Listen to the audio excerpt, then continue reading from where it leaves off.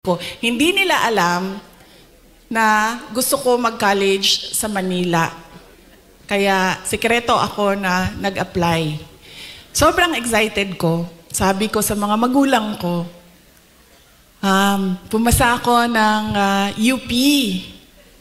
Pero political science kasi yung kurso.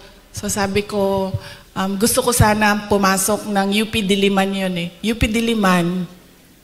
Tapos, political science yung kurso.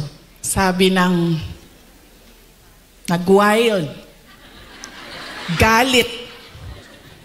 Naggalit si PRD. Sabi niya, di ba, sabi mo, simula nung bata ka pa, gusto mo maging doktor? Pre-med ba ang political science? Tapos sabi niya, hindi ka pwede pumasok ng University of the Philippines. Kahit saan man yan.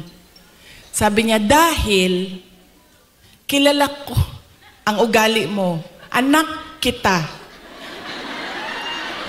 Alam ko kung anong ugali mo. Sabi niya, marirecruit ka lang ng makabayan. Aakyat ka. Totoo ito, sinabi niya. Aakyat ka ng bundok. Magiging NPA ka.